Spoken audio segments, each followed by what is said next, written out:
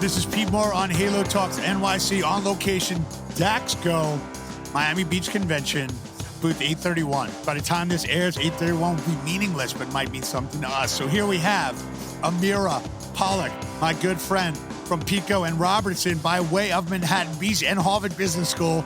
Welcome to Halo Talks. Thank you for having me, Pete. Amazing. So another fellow HBSer who jumps into the Halo fitness sector without doing any research except her gut and her frustrations personally, which is the best way to build a business. So tell us why you got into the space and how it's going. Absolutely. It's so funny, Pete, that you bring up HBS at Harvard Business School because I got my fitness career started in the basement of the Shad Gym. And for those who don't know what Shad is, it's the Harvard Business School gym, the basement spin cycling studio. That's where I got started. So did you put that on your application that I will go to Harvard Business School and I will have a spin class on the side as one of my hobbies? Absolutely or not. Contributions to the community? But I did have somewhere that growing up, one of my favorite pastimes, and you mentioned LA, I'm born and raised in Los Angeles. One of my favorite pastimes as a kid growing up outside of school was playing music, dancing, doing musical theater, athletics. And so I found absolutely an affinity for that combination of music meets movement. And Harvard did know that, but they didn't know I was going to be teaching in the spinning studio at the basement. What did you do before business school?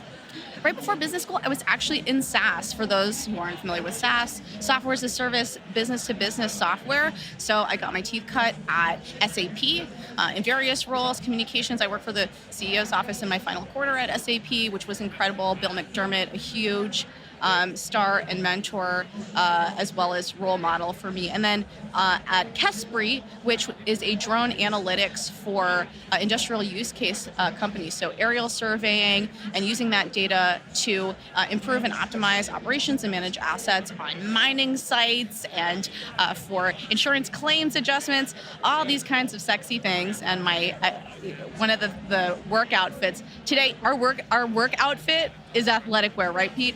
My work outfit then was steel-toed boots, a hard hat, and reflective neon equipment. It was just a completely different role. You're definitely the only SaaS person on the construction side, I'm assuming, or the excavation. Often, so absolutely yes, and then also often the only woman, because there are a lot of, guys out there with just their muscles out hauling big equipment, using big equipment. It was definitely, so it's like the smallest person out there, the most female person out there, and the only SaaS person out there on the field. So very different from fitness.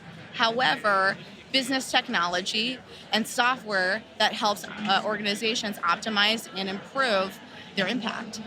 I think it's really interesting as you think back. One of my mentors and a guy I worked for, he used to always use this term, like, experience is what you get when you don't get what you want.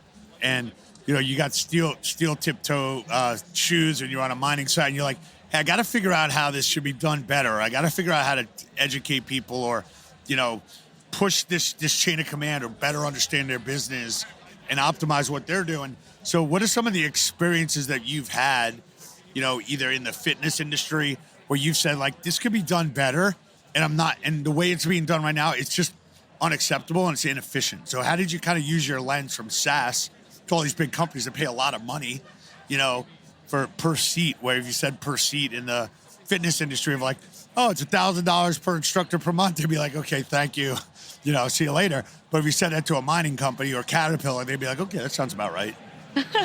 So, oh my gosh, there are so many ways that I could answer that. But in a nutshell, in the fitness industry, and just even thinking about the story of my initial journey in our industry, in that basement studio that I was talking about before, from day one, I walked in there and my question was, as a coach, what do I teach? How do we teach it? How do we design an experience here that is optimal for our members? And at every stage of the process, it was broken. And I could name 100 ways, but I was telling you, we were talking a little bit about this the other week, but it really came to a head my first 6 months of teaching. I had built my first group of regulars. You know what that's like as a coach and as a student, you just got the crew. You're like, hey, I see these people a lot. Right. And I lost 60% of my clients in 1 week.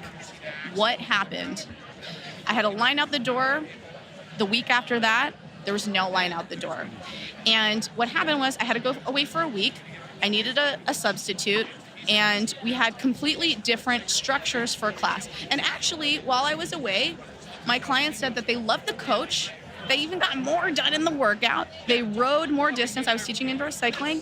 They burned more calories, but the structure of the class, the playlisting method, the genres that they liked were not present. Right. And so our clients every day, so it's not just, on the one side, they're the inefficiencies of businesses and just things that should be done better. And then on the other side, our customers, our clients, their expectations are rising. Right. And they want more. And mind you, in this type of environment, this customer was not paying $35 per class. They were paying $0 per class. Oh, is that right? This is part of their membership. It's at the university gym. Okay. And I was thinking, you know what? It's funny. We're talking about Harvard. If Harvard hasn't gone there right, who has gotten it right in the industry? Sure. Especially when you have demanding, type A's that say, I want things a certain way and I want things delivered. If you can develop a software that allows you to cater to that group of very high, maintenance, if you will, not in a bad way, in a good way. Like, I want this experience to be awesome, like you want it to be. And now if I can get that right, then I can actually push it down to the rest of the market, not push it up. Yeah, and it shouldn't matter if it's at Harvard or anywhere else. Right, it shouldn't matter if it's right? at the YMCA or if we're at SoulCycle or if we're at Barry's. Everybody deserves a great experience. That's what we want to provide as an industry. And I just thought in that moment, wow, that was what lit the match under my butt. I'm like, we need to do better because losing 60% of our clients in 1 week, that is a recipe for non-retention. Sure. That's just a disastrous business problem. And so just being passionate about fitness and being passionate about, going back to those times of being in steel-toed boots in the field, I love spending time with customers. I love asking them about their problems and their aspirations and their vision for how things can be better. Gotcha.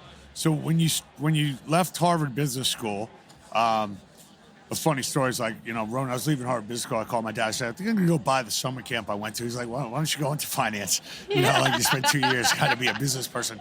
So how did you kind of have the conviction to say, I'm going to do this. I'm going to become an entrepreneur. And what were some of the other things you were thinking about doing at the same time? Well, the first thing is I have to admit, this isn't the first company that I've started. My first business actually started when I was 8 years old in the 3rd grade. And I just kind of grew up in a family environment that was like, hey, you've got a problem. If you've got a problem, you see it, fix it. Who else is going to do it? You can't expect anybody else to do it for you. So in my first business, I, as a little kid, these like JanSport backpacks in the 90s, these like big bulky things? Yeah, I had one. I had a hard time with my little 8-year-old fingers opening and closing my backpack, getting all my books out and getting my materials. And so I'm like, how do I solve this? Oh, maybe I can put a keychain on the zipper. And so I found this kit at like Michael's or Joann's or something like that, and they're these bright pink starfish beaded, really chunky keychains. So I put one on my backpack, and I got a lot of friends asking, hey Amira, where did you get that? Can I get that from you? Actually, can I pay you to make one for me? And so I was selling these keychains for $1. Were you doing anything with them, or like customize them, put like googly eyes on them or anything? Or no, they all wanted the same thing. I don't know, maybe it was just a thing. Maybe kids are just like, we all wanted matching. There were actually no color. And that was great. That was really great for optimizing my business process. Sure. I wasn't really thinking about it in that way. But I guess it's like, on the one hand, habituating yourself in solving problems and solving problems that add value to the extent that people are asking to pay for it from you was a behavioral pattern that as an entrepreneur I seek when I'm looking at new businesses. So that, with that mindset, not maybe necessarily an 8-year-old mindset, I took that into thinking about, I'm like, okay, well, I can start an app here, but is this a viable business issue and problem that people are willing to pay for? So actually, instead of doing, most of our friends at Harvard Business School, between their first and their second year, they do a grown-up internship. Maybe they go work at Integrity Square and have a finance job or something like that. I hear you. No, I didn't do that. I spent the summer doing market research. And so on this, what I did was I put out a line on social media and I said, hey, everybody, anybody who knows anybody who works in the fitness industry, I have an entrepreneurial idea and I'm doing some exploratory research. I want to talk to them. I cannot believe that we didn't meet 3 years ago, 4 years ago from that. I got to check my HBS LinkedIn. Because actually I did check the alumni. I checked the alumni directory too. I cold emailed a bunch of people to spend just like 15, 20 minutes with me to tell me about their lives. And what I was looking for validation and de-risking it to the point where I had enough conviction rolling out of business school to start and jump in this full time was looking to see if this issue, the class, the consistency, the quality control, and the engagement during class was a top 3 pain point for the actual top line and bottom line of these businesses. Because if it is not, I'm not going to be wasting your time. I'm not going to be wasting my time with it. Right. So let's talk about, I want to talk about what the software does in a minute, but what I first want to talk about is there are different types of cycling environments and different types of classes, right? So I go to Soul Cycle and I don't go at a specific time. I go for a specific instructor. So to me, I am going to a live event and that instructor is an artist. And it's like me going to a Maroon 5 concert or going to, see someone play an acoustic guitar or what have you. So I'm following the instructor. There are other classes that are set up where the program is basically like the pull, right? It's not a person. It's actually like the program and what the results are. And then there's probably a hybrid of the two. So how do you kind of think about cycling and think about like those 3 buckets, or maybe there are additional buckets, and how much control you put on the programming bucket so you can deliver the same type of content versus, hey, I'm giving this struct platform for you as an artist to basically help you manage and scale yourself. Is that fair? Absolutely. And there are so many things. I don't know if I explained that, Robert, but go with it. Well, I love this line of conversation because I think it unearths the fact that as fitness instructors, just the discipline, you are doing so many things. It's not just the workout. It's not just the playlist. It's not just the choreography and like being everybody's stopwatch timer. It's not just managing people's safety as well as their performance. It's also a performance. And so much of what draws people to our communities is that connection that they get when they come into our 4 doors, or maybe they work out with a coach. Yeah. But a lot of these coaches, and what I found at the beginning of my journey is, if you as a coach and your instructors are just thinking about the programming elements, and they're thinking, what's next in the playlist? When does the beat drop? How long is the beat? What is it that I'm supposed to say next? They get lost and they can't exhibit their own personality and draw that connection with the client. So lucky for you, you have a local instructor who's really able to do that so well. But a lot of us, and especially in a high turnover industry, there are new people coming into the field all the time, new instructors, and they're really stuck in the programming. Because they're spending a lot of their time there and they're not able to get to that next level where they're creating that connection with the members and clients. And that's what we come into this industry to do. That's what we love to do as coaches. And some of us do love to curate, but what Struct Club is about, and Struct Club, by the way, stands for bringing structure to fitness instruction.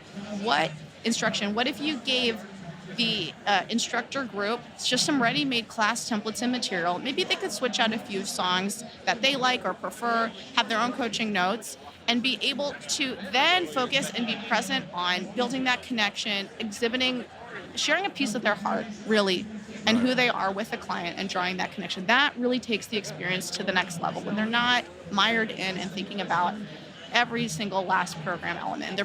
And then, by the way, you also bridge that consistency of experience and what to expect. You know you're going to get a great workout, and you're also going to get that connection with it. So you can have it all.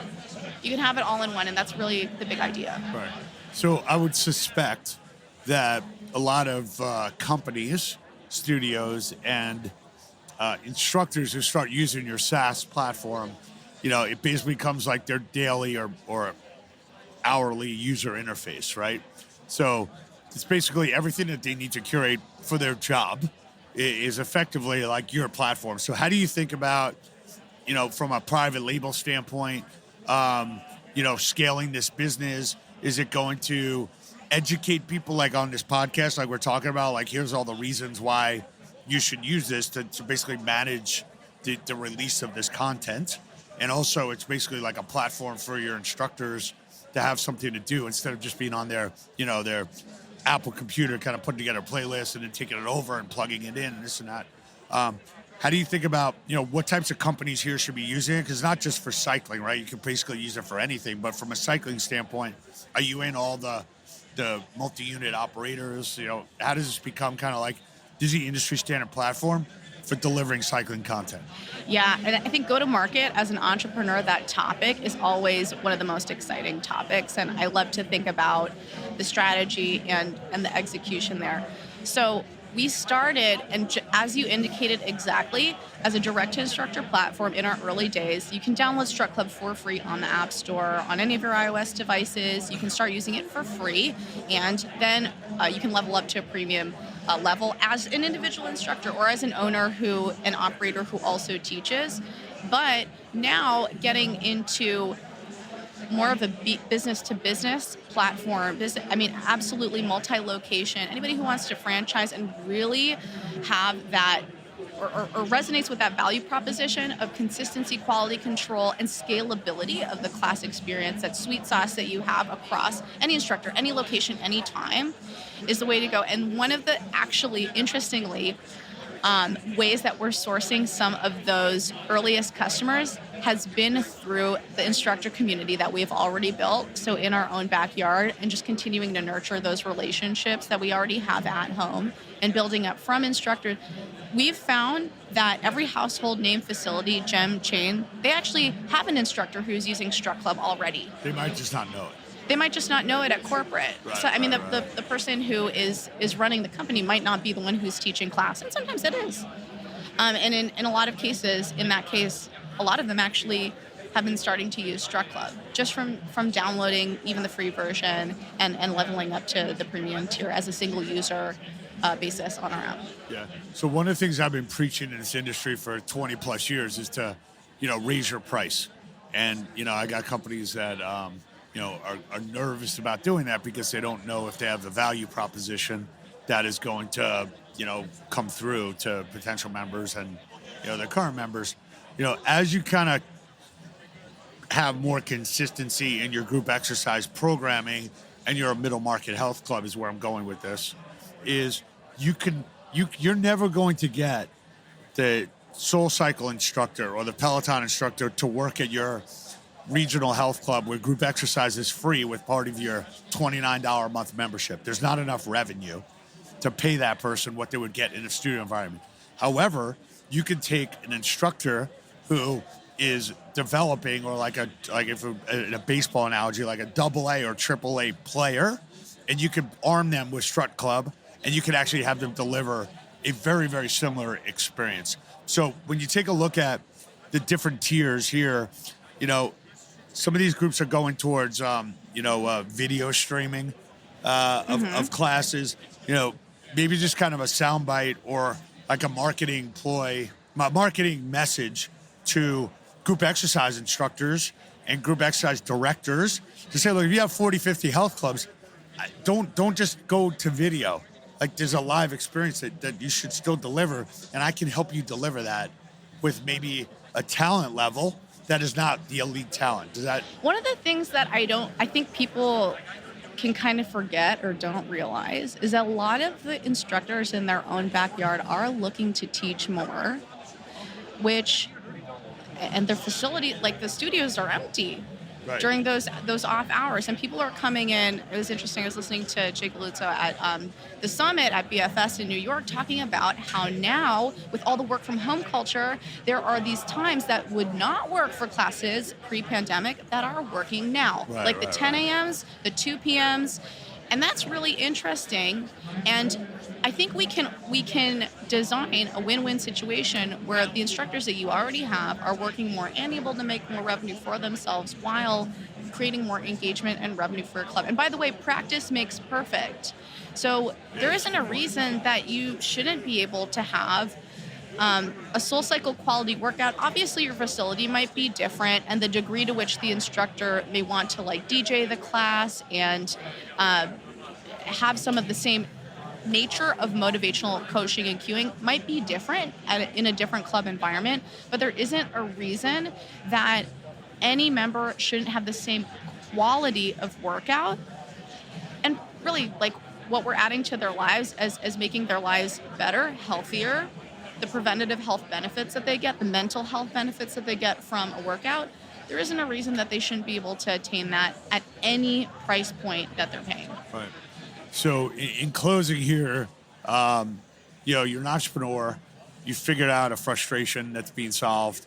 Obviously, you got to wake up in the morning and say, hey, there's 80,000, playlists and programs that I think you mentioned to me the other day. I mean, that's pretty amazing, right? Yeah, in our database that has already been.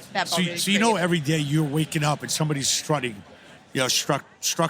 a class, using your platform and helping deliver, positivity and results to people. So how do you think about, post-COVID, what are you looking to achieve from a personal standpoint? And how is it, I want to create this big SaaS company, but I also kind of just want to, energize like this community. I don't have to go from here to here. This is what I'm doing. And that's enough for me. Or that's like, I just want people to, a lot of entrepreneurs come to us and they say, I want to go from 5 clubs to 500 clubs. It's like, why don't you go from 5 to 10 to 25, right? So how do you kind of think about methodically, this is what I want to build. I'm happy building it. You might wake up in one day and say, I want to do something else and make it even bigger. But how do you think about it? Like in this, I've been graduated from Harvard Business School 23 years. How do you think about it from your stage in your life and what you want to achieve and where you are in that path? It's such a good question because, there are a lot of reasons that entrepreneurs jump into the game. But for some of us, and I hope for most of us, there's a purpose and there is a mission. And with us, leveling the playing field and amplifying our potential as an industry to deliver the very best, to expand our reach with a lot of folks who they haven't been to the gym. We don't realize we're like these active users, we're drinking our own Kool-Aid, but there's so much of a market out there. There's so many people who need us to be doing what we're doing. And I wake up every morning and I get excited about that. Pete, I still coach. Yeah. I still coach classes myself. And you're going to be coming to one of my classes soon. We're going to make it happen. But, just having that reason, that purpose for us, our core values as a company, our authenticity, impact, and inclusion, that drives us every day. It gets us excited every day. It's our operating framework for how we do things. And for you as an entrepreneur, for all of my fellow entrepreneurs out there listening, you got to have that mission. You got to have that purpose. And you can break it down into KPIs like, maybe X number of clubs, whatever. But sometimes actually one of the ways that we're growing right now is deepening our relationships with the current client set to help them achieve their vision and how it is that they want to grow. So how can we grow together? And having that curiosity, asking those questions, really boiling down your own purpose and value set framework is going to be that guide, and it's going to keep you going. And if it's not there, then there are a lot of problems in this world that need to be solved. We need you to do something else. Right. We need you to do something where you're going to be on fire every day. Awesome. So in closing, you want to give us either a business quote, personal quote, mentor quote, something that people hear you say? I love the Wayne Gretzky, you miss 100% of the shots that you don't take. Yep. Yeah, I would love to see Gretzky back out there. Yeah, look, I mean, they say failure is, the first attempt in learning, as an acronym. But yeah, there's 80% of the population, and we need to solve obesity, loneliness, and diabetes. So you're part of the solution. So thank you for being on. Great to meet you. A little pissed that the HBS alumni database didn't flush out that we should have met 4 years ago, but we'll fix that database next. So good to see you, and go Halo. Thanks for having me, Pete. Awesome.